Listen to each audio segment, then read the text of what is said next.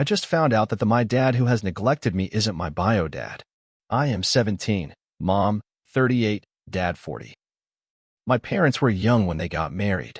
My mother is a stay-at-home mom and works part-time, while my dad is a software developer. I am the oldest of 4 siblings. I have been treated like the black sheep in the family since I can remember. Birthdays never had any, just a cupcake from my mom and no presents. I wasn't allowed to have friends over.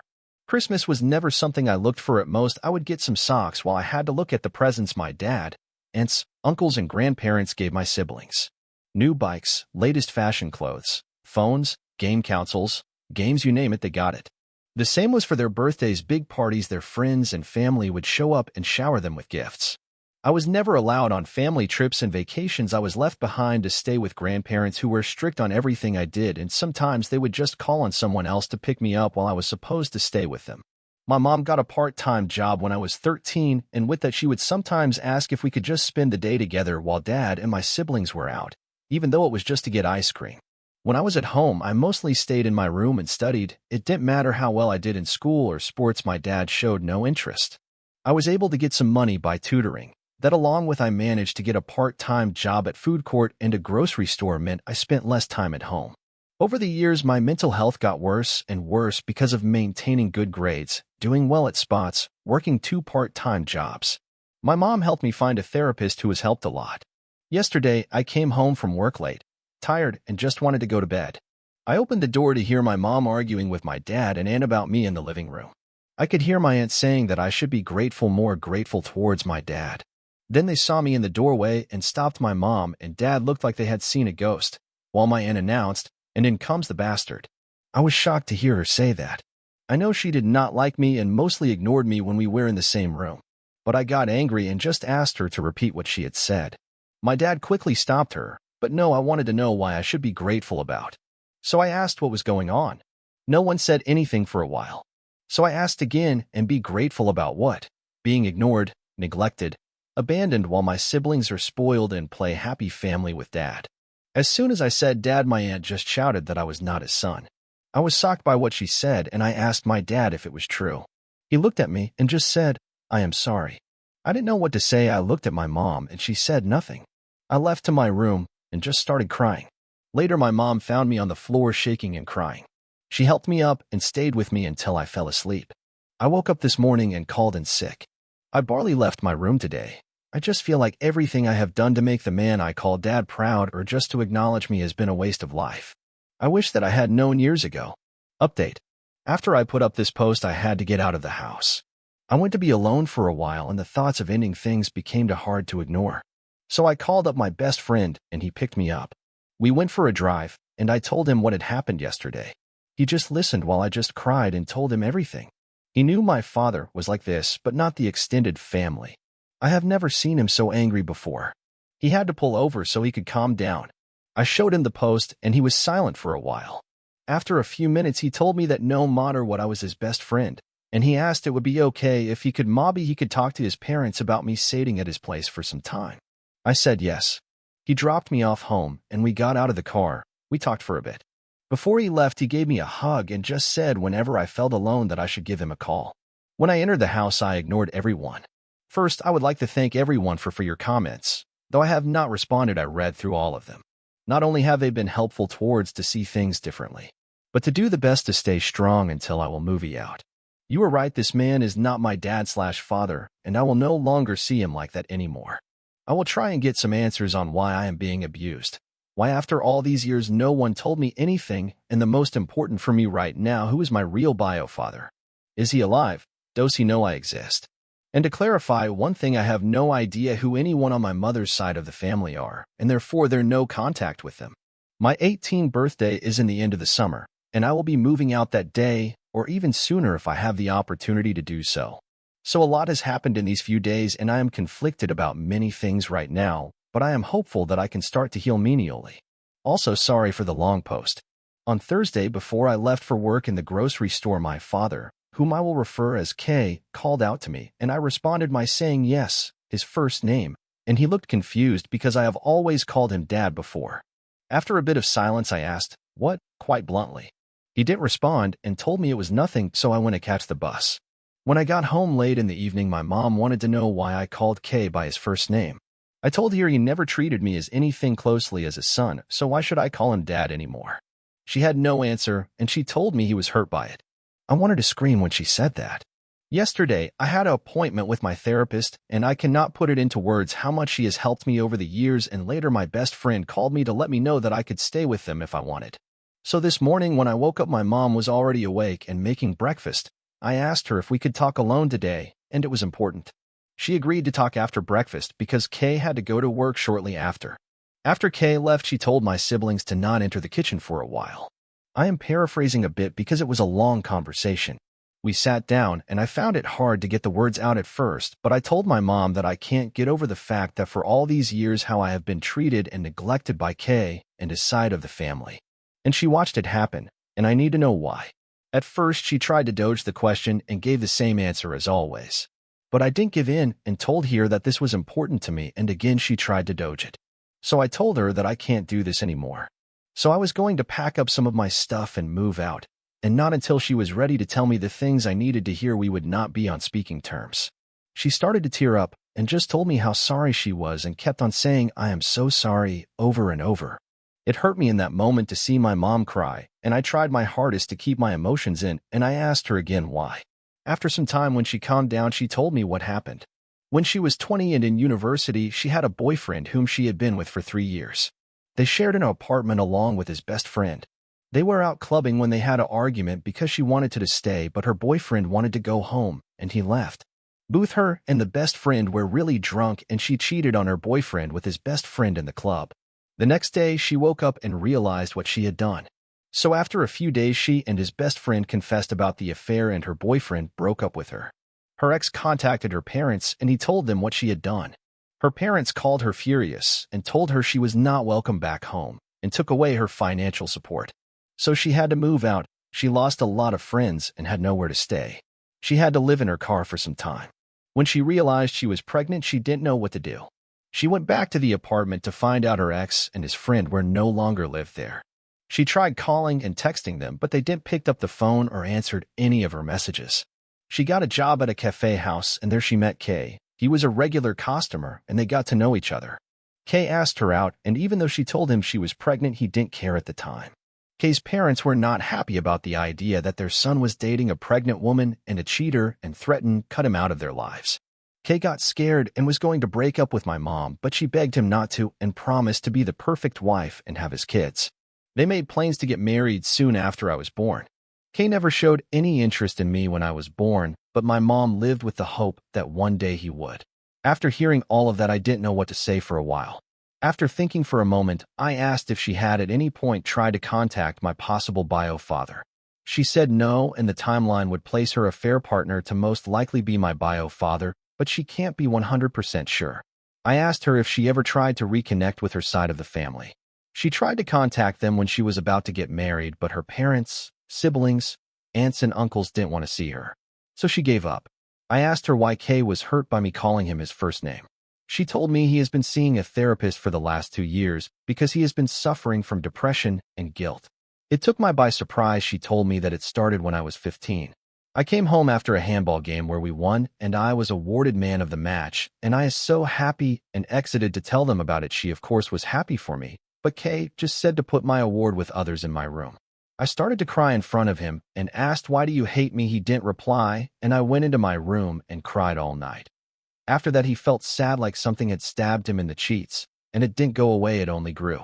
My mom told him to go see a therapist until he relented, and after some time the therapist got through to him. For the past few years, he has been living with this guilt, and he has been afraid to confront it. So when I called him by his first name, he realized that he had lost me. The next question, I was afraid to ask it, but I asked if he ever abused her. She told me he has never abused her. She told me that Kay has only ever loved her. The only time he ever questioned her about anything was when she was pregnant with my younger brother, and he asked for a paternity test, which she understood. When it came back positive, he apologized, and he didn't ask about my other siblings. The last question, I asked her why I was left with people who abused me physically, menially, and emotionally while they went on trips and vacations. She was shocked to hear about the physical abuse and asked me about it. I told my mom that I never said anything at the time because I was afraid of Kay's family members when it happened. I told her everything I remember, but here are some of the things they did. My grandparents would scold me loudly and hit me when I was younger. My aunt never spoke to me unless she needed a favor, only to then go back to ignoring me and told me to stay in the guest room. When I was 14, my father took the family to a 2-day trip to Croatia. He left me with his older brother. He asked me to go to the store to buy some stuff. And of course I said yes. When I came, he opened the door and took the bags and locked me out of the house. I sat there crying until they had all finished with their dinner, and then he let me in. She cried the whole time while I told her everything. She told me how sorry she was. She knew they didn't like me, but this was just hate. After the conversation, she asked if I was going to move out and where. I told her I was planning on it, and where I will not tell her because I don't want Kay to know where I would be staying. She started to cry again, and again it hurt to see her cry. The conversation was long and lasted for several hours, but these are just the main points. After that, I went to my room to clear my head and think. About an hour later, someone knocked at my door, and I told them to open. It was Kay who opened the door. He asked if he could enter, and I said yes. It was the first time since I can remember he ever entered my bedroom. He looked around for a bit. He looked shelf where I keep all of the awards and trophies from school and sports. He was both surprised and sad when he saw the medals from then. I did track and field and played football. He stopped when he saw the small man of the match award and picked it up. He held it for a while and started to tear up. He put it back and sat down on the bed. Neither of us said anything for a while. I asked if Mom had told him what we had talked about. He was still tearing up and slightly nodded his head. I asked him if he was aware on how I see him. He nodded again and whispered yes. So you know the extent on what our parents and siblings have put me through. He looked me in the eyes and asked if it was true. I said yes, and he just started full-on crying. After a while, he stood up and hugged me.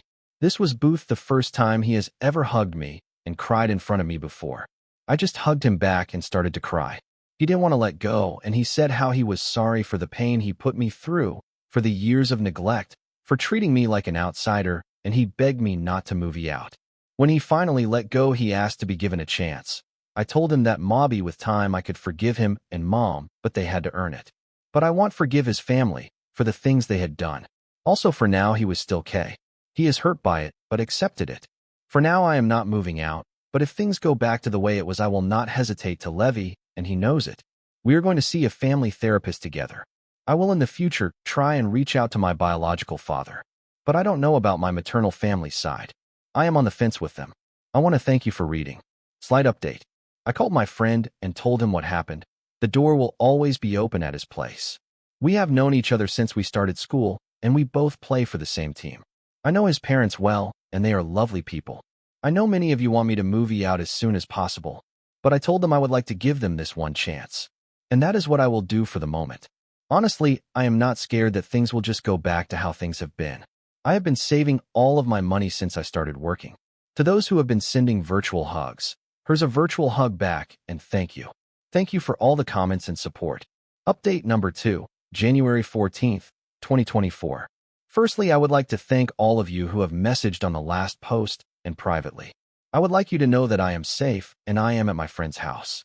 They are willing to let me stay with them long term. These messages have not only opened my eyes, but also to see my mom and Kay for the people that they truly are. Both of them do not love me and do not care. I have had people telling me their stories of childhood abuse and neglect and how they got out. Every time I have tried to talk to Mom and Kay about the abuse, tried asking my mom how she can happily levy me behind. Not done anything about it. They have tried to avoided the questions and love bomb me instead, and saying that things will change. What really got me was this morning I got a message asking how my mom never noticed any bruises when they picked me up after travels and vacations. That sealed the deal for me. There is no way for someone who should supposedly cares for you not to notice. This morning I got ready to levy and packed up my things. It wasn't that much that I was taking with me. When I was ready, I called my friend and asked him to pick me up when he could and call me when he was outside. When my friend called me and I moved my things out, I let my mom know and Kay know that I will be moving out. They did not take it well and started to beg me to stay. I told them that I couldn't stay there because it was clear to me that they didn't care about me. Kay got defensive and tried to say that this was my home and I should not levy. I asked him why for these past 2 years when he was in therapy he has remained the same. How come even though I tried my best, I was still treated me like an outsider? He didn't say anything. I asked my mom why she let this go on for years without doing anything to stop it. Again, she didn't say anything. My brothers weren't home, so I went to say goodbye to my sister. It was really hard because she is the only one who has ever treated me with genuine kindness and love. I talked with her a bit, and when I told her that I was going, she looked so sad. It was harder than I thought to say goodbye to her. When I got to his car, I just broke down. We drove around for a bit before we got to his place. His dad helped me get settled in the guest room. My friend told his parents about the posts. They asked me to tell them everything, and I did. Their parents talked in private for a bit, and then let me know that they would rather I stay with them long-term than to go back. Again, thank you for everything. Life update. March 3rd, 2024. Just want to make an update on how I am doing ever since I left, and to clarify things a little. First, yes, I am dyslexic and I don't care. This is not a book report, and I am not getting grades on what I post on Reddit. The grammar police will never find me. Second, this is not my main. My main account is followed by some of my friends and teammates, and I don't want them to know what I am going through. My best friend respects my wishes on not telling others. Now to what has been going on since I left. My best friend and his family have been nothing but wonderful. They have taken me in as their own and showed me nothing but love, kindness, and understanding. I appreciate everything they have done to make me feel safe and loved. I have met with my mom and siblings on a few occasions, but never at my old home or at my friend's house. I have made myself clear that I will never step a foot inside there again, and it took my mom some time to realize that. She stopped asking me to come back after I ignored her for a few weeks. I have switched therapists because I felt like I needed a fresh slate with dealing with all of this, and yes, indeed, therapists are mandatory reporters in my country. I learned that after my first appointment, and he contacted the police and reported my old one. Kay and some of his extended family have tried to reach out via texts, and some have offered their apologies and others just insults. It's not too hard to think why. Those have been blocked, and to those who apologized, Kay's parents, brother, and his family, I replied with a simple, I accept your apology, but I do not forgive you. That may never happen, and it will be on my terms. For the foreseeable future, do not contact me again. What happens next, I do not know. I am just going to focusing on school, my mental health, and getting a driver's license. Thank you for everything. I truly appreciate every one of you for everything, and big hugs to you all. This story is coming to an end. Press like if you like this, and don't forget to hit the subscribe button to hear more story from us.